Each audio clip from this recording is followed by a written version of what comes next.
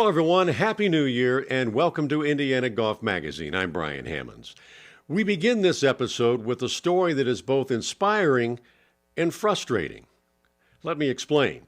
There's a well-known athlete who loves golf, but he's finding a roadblock as he tries to adapt to being an adaptive golfer. That's our Chariot Automotive Group top story.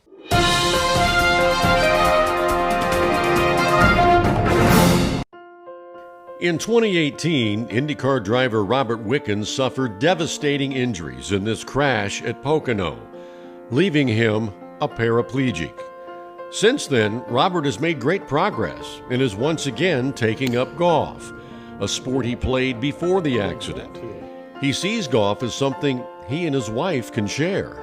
My wife and I, before I was paralyzed, we basically played every sport together, recreational sports. We were in leagues, whether if it was volleyball or ultimate frisbee or pretty much anything. And you know, there's obviously the adaptive equivalent to that, but it's hard to find. And starting a hobby together, you know, my wife Carly had never golfed before prior to this year, and kind of learning a new sport together and you know, spending time together, practicing together, and then going on trips like we just did down in Florida.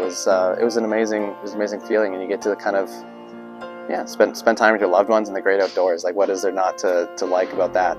But getting the opportunity to play has been difficult. Robert can only stand on his own for a short time and needs the help of golf carts specifically designed for golfers with disabilities. I called a whole bunch of golf courses in Indy when Rob and I first took up golf, and I couldn't find a solo rider or para golfer anywhere. He was lucky enough to be able to try one out from someone that actually had one at a golf tournament, and they let him get in theirs and give it a shot. But yeah, we had to travel all the way to Orlando to go to Disney to use the solo riders. So it's kind of frustrating that there's nothing accessible around town because they're too expensive to purchase. We played our first rounds together earlier this year, but I did it by standing the limited amount that I can do and then hitting the ball, but I don't quite have the strength to play 18 holes. So then in Disney, when we used the solo rider, we played 36 holes over 2 days and just had a great time, and it was a lot of fun. We got the bug now, and we want to be golfing every weekend. So in the meantime, Robert will continue to take lessons and hope for the day when the game becomes more accessible for those that need a little help.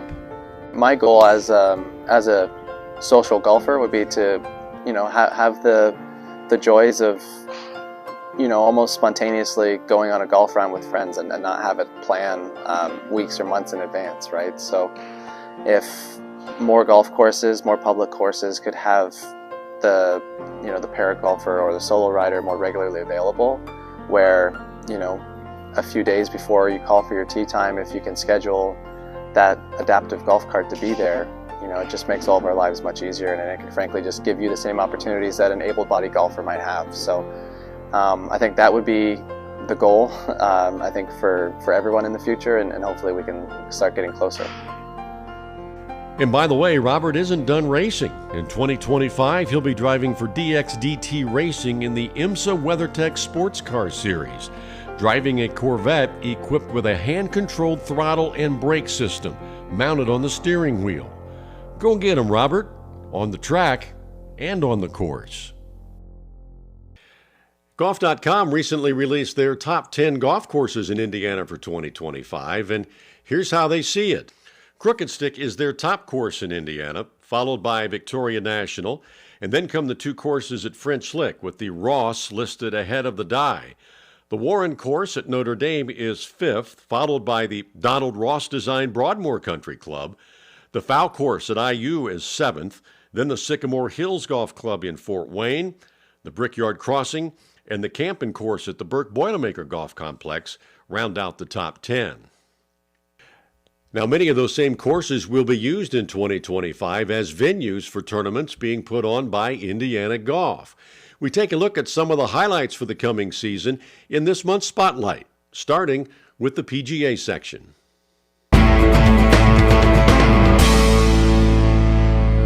We've got a couple of new events going on this year. We've added the season-long four-ball match play event where golf professionals can pick their own player or their own partner. We schedule all the matches. They can play them when they want to, as long as they hit the deadline. And then we have the final match is September 10th. So this is something new and exciting to offer for our players this year. We're actually going to end the season October 6th at Meridian Hills. It's been a while since we played Meridian Hills, and they've renovated their golf course. We're really looking forward to that. That is a new Pro-Am, two-man net Pro-Am. So a couple of new events for the pros this year. Actually, I think this year is the first time ever that we have the men's and women's open at the same facility. Delaware Country Club is hosting the men's and women's opens this year. So I don't know that that's ever happened. So we're looking forward to that. Registration for the PGA events opens on Monday, February 10th at 8 a.m., as well as the 2025 IGA tournaments. And again this year, amateur players will be playing some great golf courses. And looking forward to our great championship sites for 2025. I think we have a really good host facilities for our championship events. So yeah, really excited for our host facilities in the 2025 season. So we have the Indiana Women's Amateur. That'll be July 21st to the 23rd at Broadmoor Country Club. And then we also have the 125th Indiana Amateur Championship. That's going to be at the Ackerman Allen course at Purdue University on Saturday, June 28th through Monday, June 30th. 2025 promises to be another big year for junior golf in Indiana.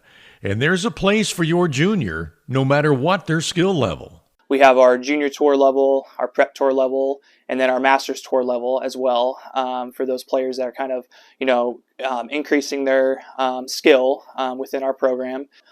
Some key dates that we have and key sites we have for our tournaments for next year.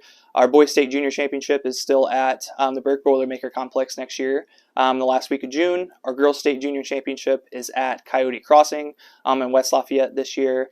Girls PGA Junior Championship is at Delaware Country Club in Muncie, Indiana. And then our Boys Junior PGA Championship is still at Rock Hollow Golf Club in Peru, Indiana. And another quick thing that we are presenting and doing through the USGA this year as well is our Boys and Girls State Junior Championship, or Champion, will receive an automatic bid or invitation to the U.S. Girls and U.S. Amateur Championship through the USGA for 2025. Registration for junior golf membership opens January 6th at 8 a.m. Players can start registering for tournaments on February 3rd. Time now for our tip of the month, brought to you by Correct to Compete. Many of you may have gotten golf lessons for Christmas, but Jon Hoover tells us before we embark on those lessons, it's important to be properly screened. Once you understand how the body affects the swing, I don't know how you coach without doing this, right? Unless you just are cool guessing, right? I don't like guessing. Like, why guess when you can just take 4 minutes and really be a more effective coach? Does that make sense? It's like going to the doctor and you say, I've got a cold, and the doctor goes, oh, Michelle, here, I've got a bag of pills. Just reach in and grab one. Hopefully you grab the right one. She's going to go, wait, are you going to assess me and tell me which pill to take? Oh, well, that's harder. I don't know if I'm going to do that. Right? It's just laziness, right? Coaches, you should take a video. You should do a screen. I mean, taking a video and a screen should be less than 10 minutes, but how much better a coach are you now? I don't want to go to a lazy coach. Right? I actually like to go to somebody who assesses me and tells me what pill to take. Does that make sense? Hi, I'm Jon Hoover. I'm the instructor here at Correct to Compete here in Zionsville, also the director of instruction at Broadmoor Country Club. After the introduction of the video that you just watched in this month's tip, really what we want to get across is the fact that as a golf instructor, as a coach, we're asking our students and our clients possibly to do some things that physically are a challenge and very difficult to do, or possibly can't even do, whether it's mobility, whether it's strength, gaining speed. And so the whole premise and the idea of the video is that we take the time, and that was actually a TPI screening, that we screen our clients to see if there are physical limitations. This is a quick 10, 15-minute process, but if this is you, we talk about shallowing out the golf club as instructors, and how do we shallow out as we come down. We talk about pelvis rotation and turning into, how do we compress a golf shot. Do we give enough thought to the fact of, is the student capable of doing the things that we're asking? Here at Correct to Compete, we're going to give a 15, 20-minute screen so that we can actually assess where you are physically and what you're capable of doing. Feel free, give us a call, come here anytime, and we give a free golf evaluation that includes a TPI screening here at Correct to Compete in Zionsville, and we'd love to help you get ready for the 2025 season. Thank you. Finally, a reminder, January 19th is the annual college golf seminar for high school players and their parents who have an interest in playing golf in college. The seminar is free of charge and will be held at the University of Indianapolis. The boys' session starts at 10 a.m., the girls at 12:30. If you're interested, you can register by contacting Nathan Nichols-Petersen at nnichols@indianagolf.org. And that will do it for this episode. I'm Brian Hammonds. Thanks as always for watching, and join us again next month for Indiana Golf Magazine.